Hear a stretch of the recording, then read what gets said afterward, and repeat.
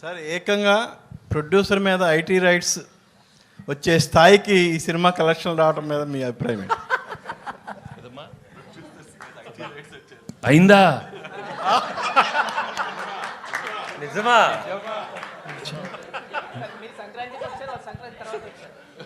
అన్ని అవుతాయి, వాళ్ళు కూడా అన్ని అవుతాయి, అన్ని బాగానే అవుతాయి. అంటే సంక్రాంతికి వస్తున్నామని చెప్పి మేము టైటిల్ పెట్టాం కదా, వాళ్ళు కూడా గట్టిగా ఫిక్స్ అయినట్టుంది. మేము సంక్రాంతికి వస్తున్నాం అని చెప్పి వచ్చేసారు వాళ్ళు కూడా. కాదు అరే అనిల్ గారు, ఇప్పుడు పాపం మీ ప్రొడ్యూసర్ ఏమో బాధలు ఉంటే మీరు సక్సెస్ చేసుకోవడం కరెక్ట్. మా ప్రొడ్యూసర్ బాధలు లేరండి, ఇండస్ట్రీలో చాలా మంది మీద జరుగుతున్నాయి రైట్స్, ఆయన ఒక్కడి మీద జరగట్లేదు. అండ్ ఇట్స్ టూ చాలా ఇది ఒక ప్రాసెస్లో భాగమే. ప్రతిసారి 2 ఏళ్ళకి ఒకసారి 3 ఏళ్ళకి ఒకసారి ఇండస్ట్రీ మీద కానీ బిజినెస్ సర్కిల్స్లో కానీ ఐటీ రైట్స్ జరగడం సర్వసాధారణం. సో అలాంటి ఒక ప్రాసెస్లో జరిగే భాగం. ఇంకా వాళ్ళు మమ్మల్ని, మేము వాళ్ళకి కాంటాక్ట్ అవ్వలేకపోతున్నాం.